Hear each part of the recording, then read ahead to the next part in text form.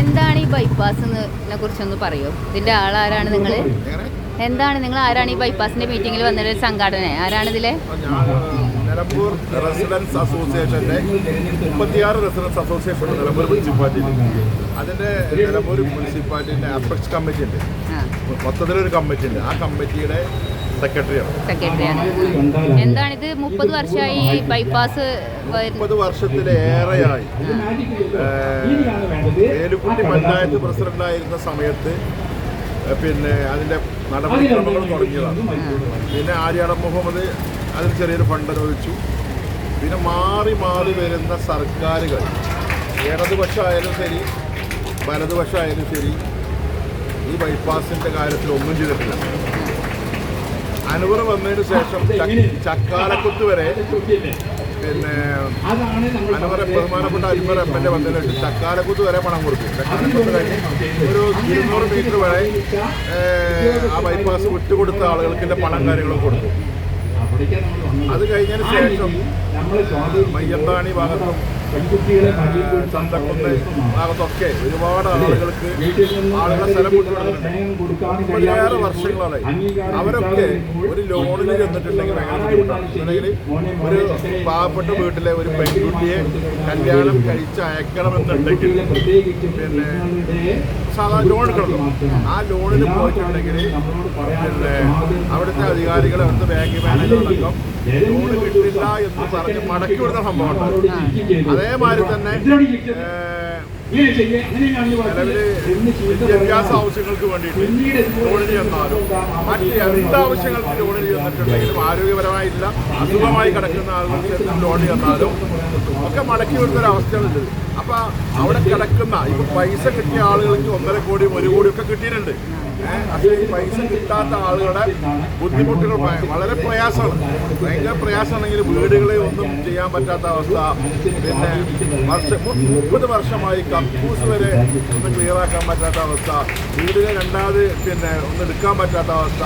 അങ്ങനെ ഒരുപാട് പ്രശ്നങ്ങൾ നീറിപ്പൊഴിഞ്ഞു കിടക്കുക. അപ്പോൾ ഇവർ പിന്നെ സംസ്ഥാനത്തിൻ്റെ വിവിധ ഇതിൻ്റെ വകുപ്പുകളിലൊക്കെ പരാതി നൽകി, മുഖ്യമന്ത്രിക്ക് പരാതി നൽകി. അവർ നേരിട്ട് 75ഓളം ആളുകൾ തിരുവനന്തപുരത്ത് പോയി സംസാരിച്ചു. എല്ലാ കാര്യങ്ങളും ശരിയായി കൊടുക്കുക എന്ന് ഇവരൊക്കെ പറയുന്നുണ്ട്. ഞാൻ വീണ്ടും പറയുന്നു, ഇത് പിണറായി വിജയൻ സർക്കാർ മാത്രമല്ല ഇതിന് ഉത്തരവാദികൾ. ഇതിന് മുമ്പുണ്ടായിരുന്ന സർക്കാരും ഇതിന് ഉത്തരവാദികളാണ്.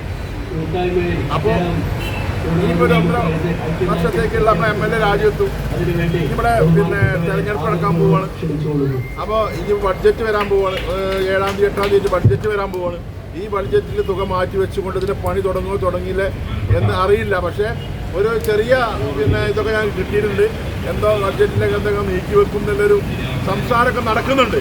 അത് വന്നിട്ടുണ്ടെങ്കിൽ ഞങ്ങൾക്ക് സ്വാഗതാർഹമാണ്. ഞങ്ങളതിനെ അഭിനന്ദിക്കുന്നുണ്ട്. ഈ കണ്ട ആളുകൾക്ക് മുഴുവൻ പൈസ കൊടുത്തുകൊണ്ട് ഈ ബൈപ്പാസ് ഒന്ന് നന്നാക്കിയിട്ടുണ്ടെങ്കിൽ, ആ കൊണ്ടുവന്ന് ക്ലിയർ ആക്കിയിട്ടുണ്ടെങ്കിൽ, റോഡാക്കി മാറ്റിയിട്ടുണ്ടെങ്കിൽ ആര് വന്നാലും ഇപ്പോൾ ഈ സർക്കാർ അവരെ ഞങ്ങൾ അഭിനന്ദിക്കുകയാണ്. ഇതാണുള്ള വിഷയം. നിലവിൽ ഇപ്പോൾ ചക്കാലക്കുത്ത് വരെ റോഡ് വന്നിട്ടുണ്ട്. ആ റോഡ് മഴ പെയ്തിട്ടുണ്ടെങ്കിൽ കാട് മൂടിക്കിടക്കുന്ന അവസ്ഥയാണ്. കാട് മൂടിക്കിടക്കാം. പിന്നെ അവിടെ പന്നി പ്രസവിച്ച് കിടക്കുന്നു, പാമ്പ്, അതേമാതിരി തന്നെ എല്ലാ മൃഗങ്ങളും, പട്ടി പ്രസവിച്ച് കിടക്കുന്നു. ഇതൊക്കെ ഞങ്ങൾ പിന്നെ ബന്ധപ്പെട്ട BW ഉദ്യോഗസ്ഥന്മാരടുത്ത് പോയിട്ട് വികസന സമിതിയുടെ നേതൃത്വത്തിൽ ഞങ്ങളെല്ലാവരും കൂടിയിട്ട് വികസന സമിതിയുടെ നേതൃത്വത്തിൽ ബൈപ്പാസ് കൂട്ടായ്മയുടെ ആളുകളും അതേപോലെ തന്നെ റെസിഡൻസ് അസോസിയേഷൻ്റെ ഭാരവാഹികളും ഒക്കെ പോയിട്ട് ഞങ്ങൾ പറഞ്ഞപ്പോൾ പിന്നെ അവർ പറയുന്നത് ശരിയാക്കി തരാമെന്ന് പറഞ്ഞു. പിന്നെ അവസാനം മന്ത്രി പങ്കെടുത്ത ബഹുമാനപ്പെട്ട റിയാസ് പങ്കെടുത്ത ഒരു പരിപാടിയിൽ പോയിട്ട് ഞങ്ങൾ ഓൺലൈനായിട്ട് പരാതി നൽകിയിട്ട് നേരിട്ട് പോയി കണ്ടതിൻ്റെ അടിസ്ഥാനത്തിലാണ് 15 ദിവസത്തിനുള്ളിൽ കാട് വെട്ടിക്കൊടുക്കാൻ അയാൾ പറഞ്ഞത്. മനസ്സിലാക്കണം, ഒരു കാട് വെട്ടിക്കൊടുക്കാൻ മന്ത്രിയുടെ അടുത്ത് പോകേണ്ട അവസ്ഥ ഈ നാട്ടിലെ ജനങ്ങൾക്ക് വന്നിട്ടുണ്ട്.